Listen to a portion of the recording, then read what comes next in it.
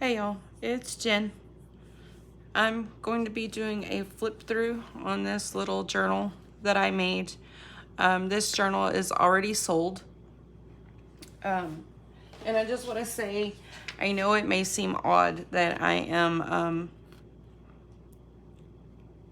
basically doing arts and crafts in the middle of everything that's going on in my community, but this is the way that I make my income. So it is necessary for me and my family for me to be working on these kinds of things at this time. Plus, I mean, really, I just needed a mental break from everything that is has been going on the last few days. So I will be going on and continuing on with my crafting and craft supply sales and my journal work, as well as posting community updates. So with that being said, this little journal, I finished stitching the signatures into it today. As I said, it is already sold. I do have some journals for sale over on my Facebook page and in my Etsy shop, and there is a link tree in my bio if you are on TikTok, and there are links in the description box if you are on my YouTube channel. Now this journal measures 5 1/4 inches by 3 inches. It has a 1 3/4 inch spine. There are 5 signatures or sections in this journal. These are signatures, and each signature has 20 pages front and back for a total of 100 pages front and back. The outside is an eyelet cotton fabric that has embroidered eyelets on it. I did stitch all the way around this journal. The inside is just a light poly cotton weave blend. The cover is made from lightweight chipboard, and then a layer of white cardstock over that, and then the fabrics. The digital printable paper kits that I used were from Tailor Made Journals over on Etsy.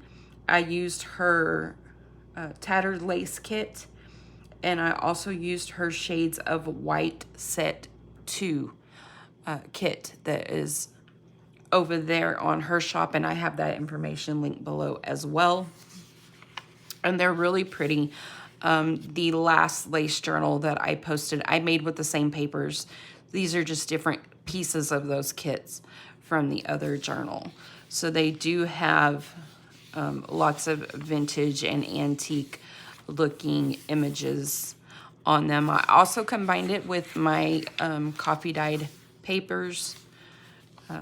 Again, the first, third, and fifth signature are a mix of the printable papers and the coffee dyed papers.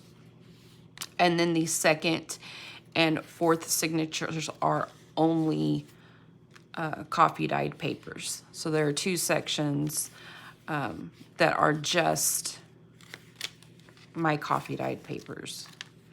And I did use the lightly coffee dyed papers so that they paired better with the shades that were in the kit. The center of each one of the signatures is tied in a knot. The strings are tied in a knot and then a bow. So you can untie these. You can clip them if you want. You can add beads and charms to the ends of the strings if you would like to do that, or you could just leave them tied in the center. So I'm just going to flip through and share some of what the pages look like.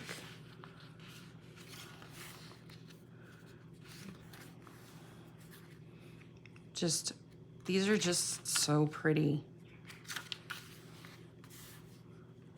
There's laces and pearls and different textures, peeling paint, different florals, laces, appliques.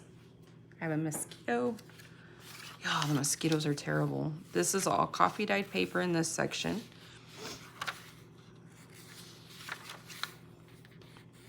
There's some book page here. Doilies.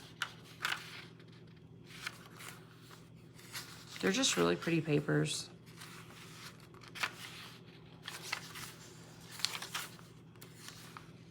Another flower here.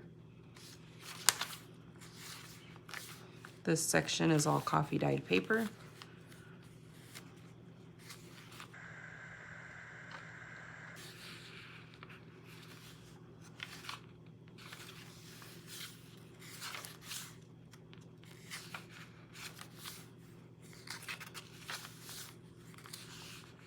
Another flower with a button here.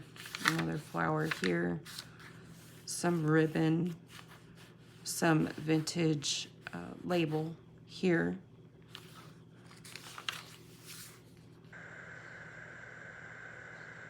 Different linens.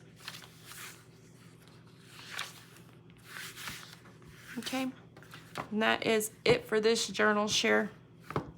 Thanks for watching, y'all.